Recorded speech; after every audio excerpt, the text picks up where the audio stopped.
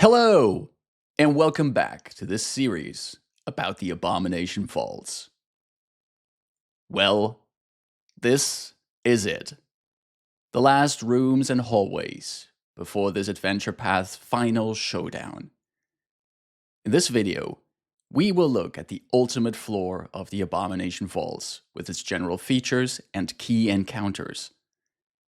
There is a lot of good stuff on this floor, including the final fight with the villain of this campaign. Across all three floors of the final book, the adventurers will gather a set of powerful items to use in their fight against Belcora Haruvex. I outline all of that in a separate video, which I suggest you watch before continuing this one. A link to that video is in the description below. Also, just as previous videos, this one is filled to the brim with spoilers. If you are playing in an Abomination Vaults game, or will soon be playing in one, stop this video now and instead go tell someone you love how much they mean to you. Without further ado, let's get to it. The ancient temple that spans the entire 10th floor is of unknown origins. Maybe Lady's Whisper or some wisps know who built it or how it came to be, but they will not share that information. No matter its origins, Belcora Haruvex came here 500 years ago to utilize the power of the Gauntlight, which springs forth from the place where Nimbleoth herself has wounded Golarion a long, long time ago. The entire structure is impressive, with ceilings reaching 60 feet high in the main chambers, and walls and doors featuring intricate carvings of moss-filled skulls, mists, and clusters of 7 divots. This floor is entirely dark, except for some rooms that have some form of lighting. The temple is designed to funnel visitors through 3 different challenges.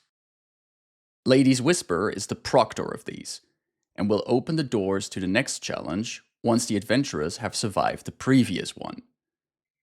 The Challenge of Souls covers room 1 to 8, the Challenge of Despair, rooms 9 to 13, and the Challenge of the Swamp, room 14 to 17. Once these challenges are overcome, the party will face Lady's Whisper, and then have an open path to the empty vault where Belcora Haruvex awaits. There is no main faction on this floor, and no side quests that will distract the adventurers from the main quests they need to complete. Thus, these sections will not be included in this video. As described earlier, this floor consists of a series of challenges the adventurers will face, all under the watchful eye of Lady's Whisper. There is a chance that the PCs have fought Lady's Whisper already and destroyed it. If that is the case, it can change the flow of this entire floor. With Lady's Whisper gone, the doors connecting the antechambers of every challenge, room 1, room 9, and room 14, will not open, and the PCs will have to use the secret doors they can find to progress or break down the locked doors. Alternatively, you could decide that the moment Lady's Whisper is destroyed, all the doors connecting the antechambers open. This, however, means the characters can beeline straight to Belcora. This might be a good option if you don't want to keep your players waiting any longer for the final fight. The Challenge of Souls in room 1 to 8 is designed to test if new recruits to the cult are resilient enough to survive the trials ahead. Lady's Whisper wants the adventurers to make their way through this challenge, feed or destroy the dread wisps in room 8, and return to room 1 to continue. The problem is that, unless I've missed something in the adventure, Lady's Whisper does not tell the PCs what the goal of the challenge is. Also, Depending on if the characters find the secret doors in room 3 and 4, they can skip ahead to the second challenge without knowing its goal. It means that your players might end up not finishing the first challenge while already having completed the second. An easy fix to this is to have Lady's Whisper tell the PCs what the goal is. Should they skip ahead by finding the secret doors, Lady's Whisper might grow more frustrated with the PCs for their irreverence to this ritual, but allow them to continue. If you absolutely do not want to risk the party walking into the second challenge while still working on the first, consider making the secret doors in room 3 and 4 only open from their southern side. The two encounters in the first challenge I want to highlight are room 7 and 8. In room 7, the party finds the soul extractors, occult devices that extracted the souls of would-be cultists who failed the challenge, storing them in little glass globes, all the while terrifying glass golems cut up the victims. Said golems are still active, and will try to slice the adventurers apart. This room shows how cruel the cult of Nimbleoth is, and I think the art for these glass golems is pretty neat. In room 8, the party encounters our favorite type of creature, wisps. 3 dread wisp variations known as soul feeders are here. They demand from the heroes to take some of the glass globes from room 7 and shatter them here to release their souls. At this point, the PCs should be wary of anything a wisp asks them to do, and rightfully so in this case. Souls released from their globes here will be drawn into the empty vault. The wisps speak the truth when they say that for each soul released here, one of the wisps will vanish from this room, though they will reappear in the empty vault and join Belcora's side in her fight against the heroes. The Challenge of Despair is a sadistic trial that will first show the heroes visions of their greatest successes, just to tear them down by confronting them with their failures and powerlessness. Mechanically, this is represented by showing the heroes vivid, beautiful illusions in room 10. If they fail their saving throw against it, they take a speed penalty and cannot avert their gaze from the horrible visions they see in room 11 and 12. This will make it considerably harder to go unscathed through these rooms. Make sure to prepare visions you can describe to your players. Ask them beforehand what they would consider their character's greatest triumphs and failures, and what things could make their PCs feel powerless and overwhelmed. This is the place to bring back memories of victory in previous encounters, but also recall those who died, or who the party could not save in their fight against the Ghost Queen. The Challenge of the Swamp has the adventurers traverse a poisonous bog that echoes Void Bracken, the dead world from which Nimbleoth hails.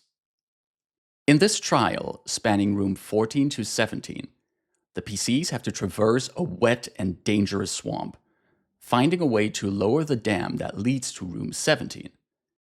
This is done by first positioning a number of valves in room 15 into the on position, and then turning 3 wheels in room 16.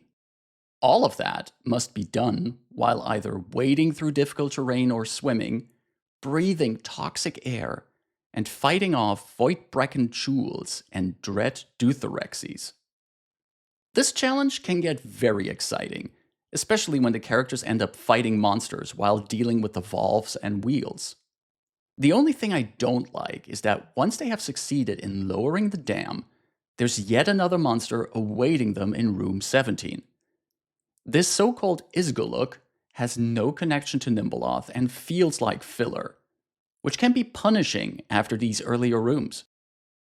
I would personally suggest removing the Isgoluk, especially if the PCs still have to fight Lady's Whisper.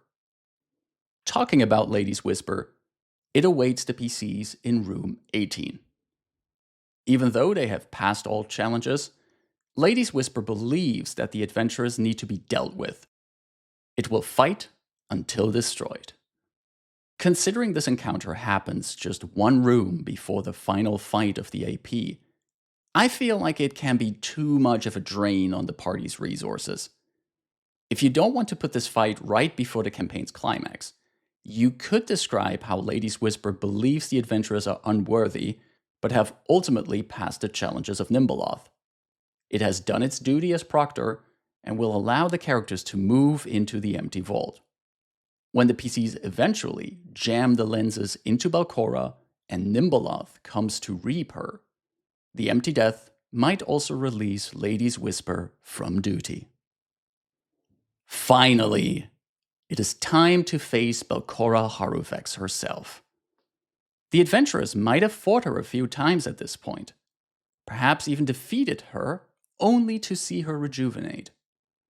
Here in room 20, they will have their final fight with the Ghost Queen, deciding if she will have her chance at vengeance against Absalom or will finally be destroyed. The key to winning this fight is to jam all 3 lenses into Belcora. Once that is done, Nimbleoth's attention is fully on her, and Belcora will be destroyed. Keep in mind that when a lens is jammed into Belcora, she gains the effect of it as if she had it invested, except for any activated powers. This means bonuses such as a +2 item bonus against fear effects from the Crimson Lens, and resistance 10 to mental damage from the Ochre Lens. If you want to be nasty and want to give Belcora a little bit more survivability, you could decide that once the Emerald Lens is discharged into her, she also gains the Harm spell at a low rank.